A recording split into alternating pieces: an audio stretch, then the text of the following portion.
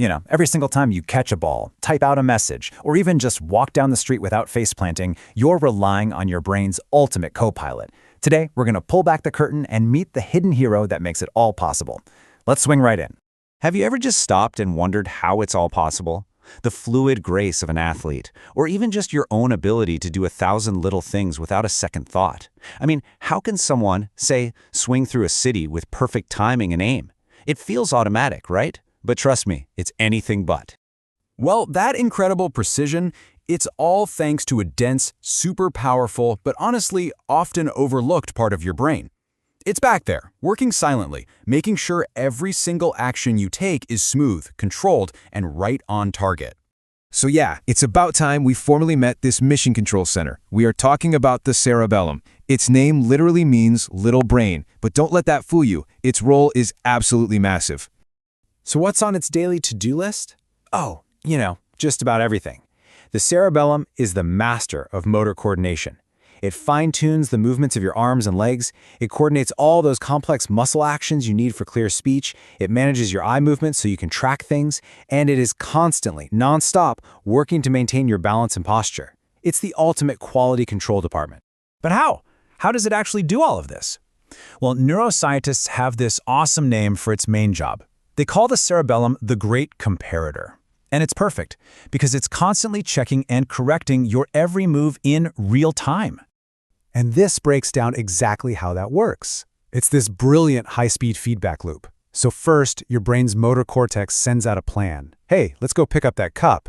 Second, your body starts to act on it. Third, and this is the magic part, the cerebellum instantly compares the plan with what's actually happening. And fourth, if there's even the tiniest difference, bam! It sends out a correction signal to smooth the whole thing out. And this all happens in milliseconds. It's wild. Now, to juggle all of these different jobs, the cerebellum isn't just one big blob. Nope, it's organized into 3 distinct, super specialized circuits, and each one has a very specific job to do.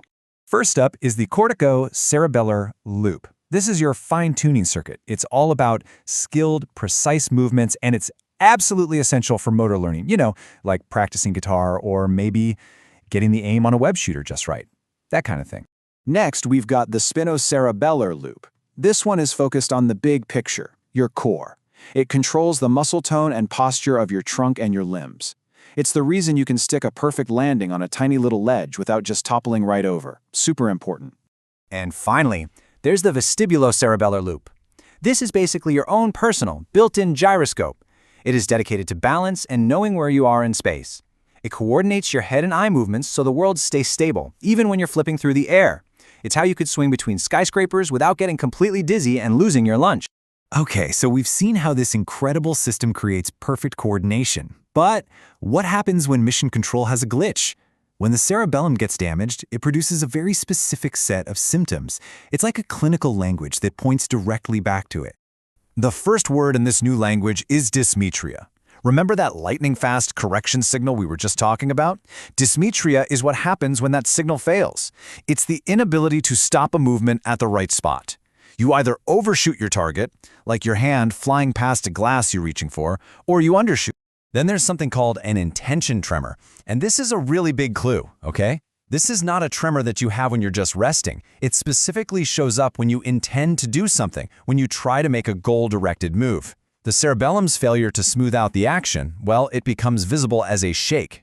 And since the cerebellum fine-tunes all the tiny muscles for speech, damage can lead to something called dysarthria. Now, this isn't a problem with language itself, but with the actual mechanics of speaking. It can make speech come out slurred, or slow, or even kind of explosive, just because that coordination between your mouth and your breathing is all out of whack. And finally, get ready for this one. Dysdiadochokinesia. Yeah, I know, it's a mouthful. But it just means a breakdown in the ability to do quick, alternating movements. A simple test doctors use is to have someone flip their hand back and forth, palm up, palm down, really fast. With cerebellar damage, that simple action becomes super clumsy and irregular. So what in the real world can actually cause these kinds of profound problems? Unfortunately, the cerebellum, as tough as it is vulnerable to a number of different conditions. The sources point to several common culprits. Things like multiple sclerosis, or MS, can damage the communication highways that lead to the cerebellum. A stroke in a very specific area, The posterior inferior cerebellar artery, or PICA, can cut off its blood supply. It can also be a place where cancer spreads. And really importantly, chronic alcohol abuse has a particularly toxic effect on it. And this is fascinatingly specific. Chronic alcohol abuse tends to cause the most damage right in the anterior part of the cerebellum. Remember the spinocerebellum, the loop that controls the trunk and limbs? That's the one. And this is why someone might develop a severe difficulty with walking, that classic wide base gait, while their arm movements and even their speech might be relatively okay. The damage is that targeted. You know, the severity of these symptoms really depends on exactly where the damage hits.